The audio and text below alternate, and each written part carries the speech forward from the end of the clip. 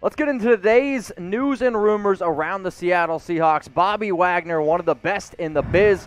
Tom, what's going on with Bobby? Well, Jay Keeps, who works for the ESPN Seattle affiliate, was trying to figure out a way to get some more cap space and draft picks for Seattle because they're light on both, right? His theory was, how about you trade Bobby Wagner? And this is not the first time that there have been Seahawks speculation of like, oh, let's move on from big-name player. We'll get to another one here in just a minute. I don't like this idea. No. Because I think Bobby Wagner, much as I like Jamal Adams, is the best player on that defense. Maybe even the best player on the team. No disrespect to the receivers and or Russ Wilson either. The cap savings you get if you trade him away is a little under $10 million. Now, you could save more by making him a post-June 1st trade, but then you don't get the draft pick. Sure. So what's the point in that scenario? And I get it. Look, they drafted Jordan Brooks in round 1. He is going to be a piece. But this idea of moving on from Bobby Wagner doesn't really save you a ton in terms of draft capital and cap space because at least, let's just say, half of it would go to replacing Bobby Wagner. Exactly. So, this is not a situation where, you're moving on from a bad football player and saving money. This is not a situation where you're moving on from a young guy who's going to get paid down the road, but you got depth at the position. This is you're trading away your best player at an area where you have probably one long-term guy, maybe 1.5 if you want to include Cody Barton. Jordan Brooks obviously being the full-fledged one there. I like Bobby Wagner a lot. He is still one of the best linebackers in the NFL. What I would do instead, if you're trying to make some cap space, is just restructure his deal. Take his base salary, make it guaranteed, and or extend him, and kick some money down the road when the salary cap is higher, and ta-da, I fixed it. It's not that difficult.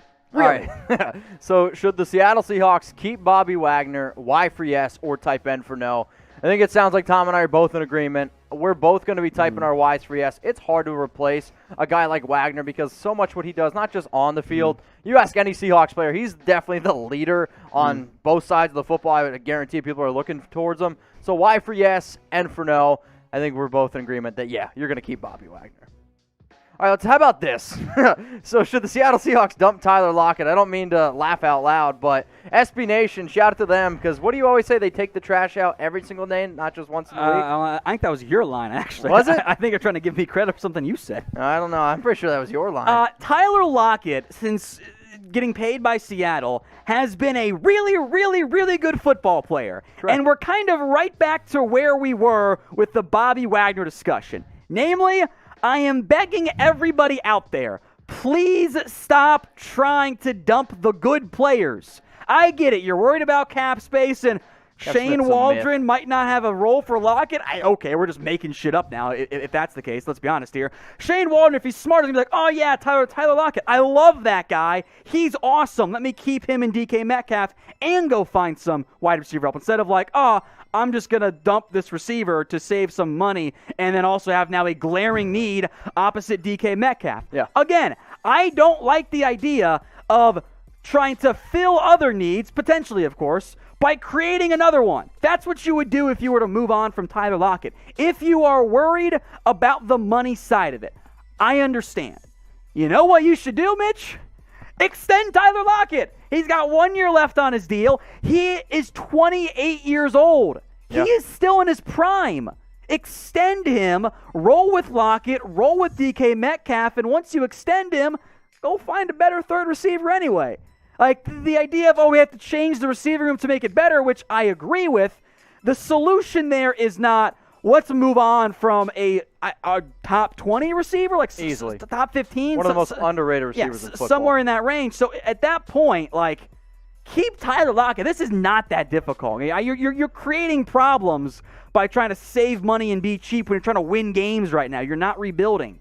Yeah, I mean, he's probably one of the best, if not the best, wide receiver, too, in all of football. I'm actually not afraid to make that argument. And it fits absolutely perfectly with what Russell Wilson does. Creates some time, gets open, and sure, I think DK took the torch. He's the new number one receiver on that team. But for the Seattle Seahawks, you're not getting rid of Wagner and you're not getting rid of Lockett because I understand you didn't make it as far as you wanted to, but your window is right now. Exactly. You're not going to get rid of 2 of your best players on your entire team. You don't worry about the cap, and you don't worry about, or saving money, I should say. You worry about the cap, but you not can saving make money. it work in terms of the cap. Like, it's not that it's a myth, but it's kind of exactly. a myth. You should not be worried about saving money when you're in your window. That's bad roster manager. Worry about saving money when you're bad. Correct. And just saving it for future years. This is the reason why you save money when you're bad. Just spend it when you're good. It's all right, really so easy. 1 for yes, 0 for no.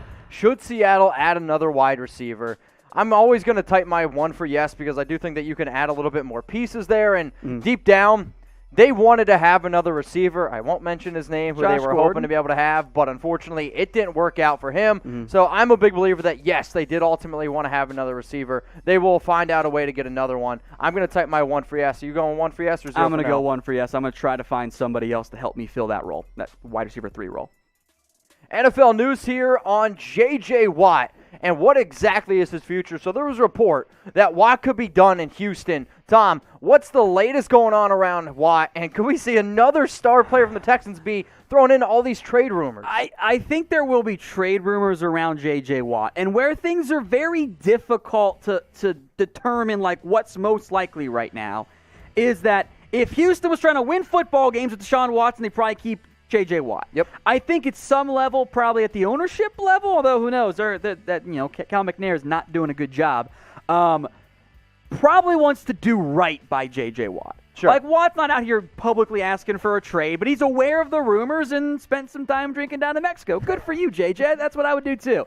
Where things get difficult to figure out, though, is if you do choose to move on from J.J. Watt, it is a 1-year, $17.5 million deal. Correct. That makes things difficult from a trade perspective without an extension on top of it. Yep. So, and that limits the number of teams that I think would have a bunch of interest in J.J. Watt, and especially because you're going to extend a guy who, in reality, has injury concerns. Absolutely. And if Houston is just trying to do right by J.J. Watt, they might just release him and say, you know what, JJ, thank you so much. Because of the size of the contract, we had issues finding a trade partner. You want to go to insert team here. They can't take you on except at a significantly reduced cost, so we're going to cut you outright. So I would not be surprised if Watt's somewhere else next season. I'm with you. I just don't know if it ends up being a trade or a cut for JJ Watt. And I would actually advise teams that are interested in going out and getting J.J. Watt to not go out and trade for him, because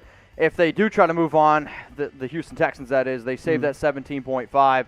I'm a believer, and you see it all the time when there's insert player name that could get cut. Randomly, NFL trade rumors start popping up around that player. When nobody ends up biting, what happens? They end up getting cut. So where will J.J. Watt play next season? I am a big fan of them moving on from a guy like Watson. However, I would like to see Watt finish his career in Houston. Maybe I'm old school, but he has done so much for that city, so much for that franchise. However, if he has an opportunity to go win some football games, then I will want the best for J.J. Watt in that realm. But in terms of places he could go, a team that needs to win now and a team that needs a defensive tackle, another team that needs that, they got a lot of draft picks, Miami Dolphins. And I'm going to keep throwing them out there. So where will J.J. Watt play next season? Go down in the comments and let us know.